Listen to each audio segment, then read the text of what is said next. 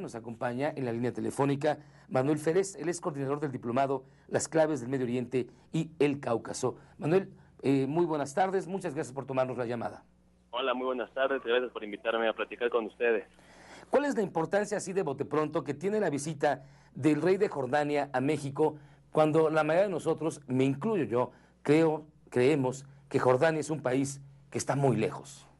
Pues mira, hemos platicado anteriormente sobre la visita de, por ejemplo, a Turquía del presidente Peña Nieto. Yo creo que esto es parte de una estrategia. Yo detecto que tener contacto con Israel, cuando la visita de Shimon Peres a México, con Turquía y ahora con Jordania, México está encontrando a 3 países en el Medio Oriente que tienen buenas relaciones comerciales entre ellos, comerciales, no digo políticas, comerciales entre ellos, y con un acceso a los mercados europeos también interesantes, sobre todo Turquía e Israel. Yo sí colocaría la visita de Jordania en un segundo nivel, siendo un país muy pequeño, siendo un país no solo lejano, sino no tiene mucha capacidad económica, pero se me hace buena estrategia del gobierno mexicano detectar posibles socios comerciales, culturales y educativos en países que entre ellos tienen algún tipo de relación económica positiva. Hay que recordar que Turquía es el mayor importador y exportador hacia Jordania, es uno de los más importantes, y si vamos ligando lo que se ha estado haciendo en relación a Medio Oriente en esta administración, pues detecto este patrón que yo te comento, ¿no? Manuel, podríamos pensar entonces que el gobierno, la administración de Peña Nieto, está buscando crear un nuevo frente de alianzas estratégicas en otras partes del mundo que escape un poco a lo que ocurre en Europa y con los Estados Unidos de Norteamérica, evidentemente. Sí, yo creo que es sano que el país empiece a diversificar sus opciones. No sé qué tanto las pueda llevar a cabo, que hemos discutido anteriormente, que siempre nos falla implementar los acuerdos que se firman, pero las opciones se están abriendo a nuevos mercados que México no ha explorado, sobre todo tomando en cuenta la crisis europea, los problemas económicos en Estados Unidos, que es nuestro principal socio comercial, y también una cerrazón hacia América Latina que ha tenido México desde hace algunos años. Entonces, estas opciones que se abren nos muestran que la administración no solo en lo económico, también diplomático, también cultural, México empieza otra vez a salir del mundo después de varios años de ostracismo y de no aprovechar estas alianzas con otros países. Y fíjate que, de hecho, las relaciones diplomáticas entre México y Jordania son realmente muy jóvenes. Estas iniciaron en 1975 y para el año 2012 Jordania es el 88º, es decir, el 88 socio comercial de México. Cifras que reflejan, digamos, una diplomacia incipiente y un comercio también muy bajo, ¿no?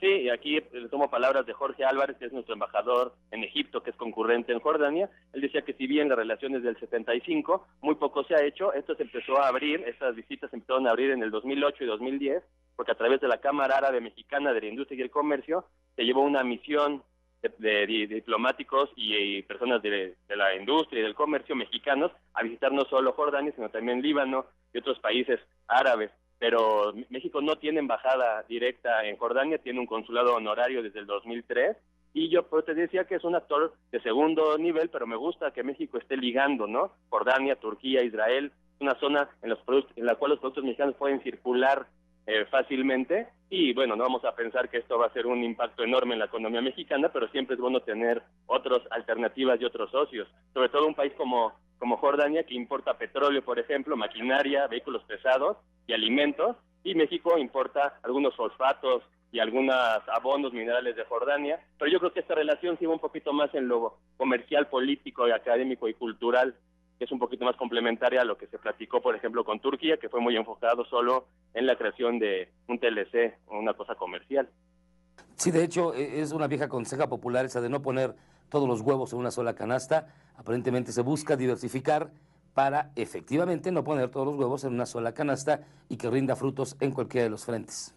Sí, en el aspecto diplomático también México, lo platicábamos la otra vez, hace algo muy positivo en mi opinión, mandando una cantidad simbólica, obviamente, $1 millón a los refugiados sirios que se encuentran en Jordania, es enviado por nuestro país, también como un gesto de buena voluntad. Entonces yo sí veo una complementariedad, no solo comercial, sino también diplomática y política, que como platicamos la otra vez, ojalá se pueda transmitir a donde nunca se transmite, que es a la parte académica, a la parte social, al pequeño empresario mexicano, que vean estas alianzas, una oportunidad de negocios que no lo sabemos todavía explicar, ¿no? Tendremos que ver si realmente se implementa.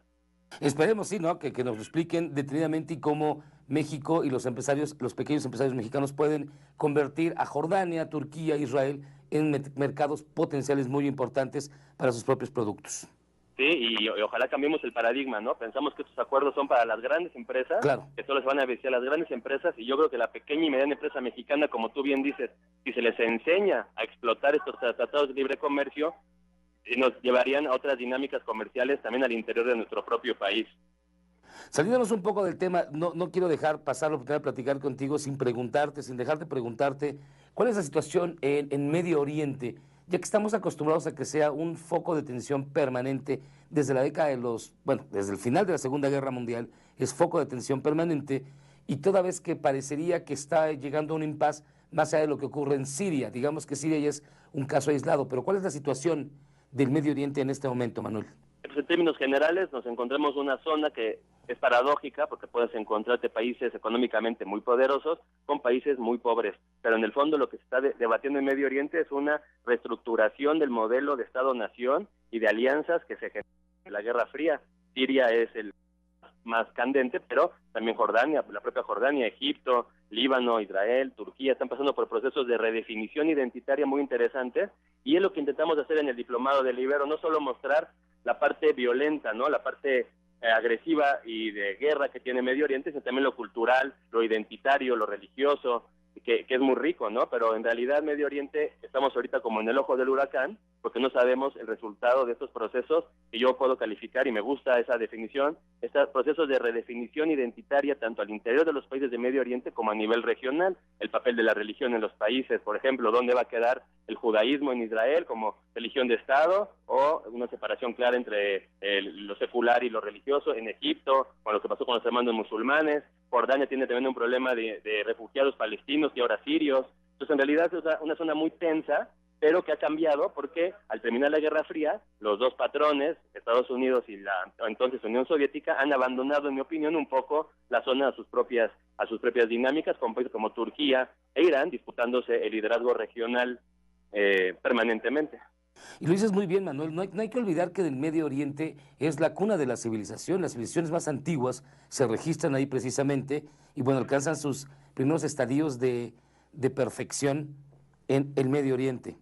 Sí, históricamente, religiosamente, culturalmente, identitariamente, tenemos mucho que aprender al Medio Oriente, y a mí siempre me ha llamado la atención que los medios suelen abordar al Medio Oriente, sus dinámicas, solo cuando hay una guerra, un atentado terrorista, una manifestación violenta, y es sano también tocar este tipo de acuerdos. Por eso los felicito de dar un espacio a platicar de cuando México se acerca a un país, cuando la mayoría de los mexicanos dirían, ¿y por qué tenemos que estar yendo a Jordania? Yo creo que es bueno porque nos abre una perspectiva académica y social y cultural más amplia. No, hombre, el placer es de verdad para nosotros poder platicar con gente informada, con académicos como tú, Manuel, coordinador del diplomado Las Claves del Medio Oriente y el Cáucaso, allá en la Iberoamericana. Muchísimas gracias por estar con nosotros. Muchas gracias a ustedes y cuando quieran.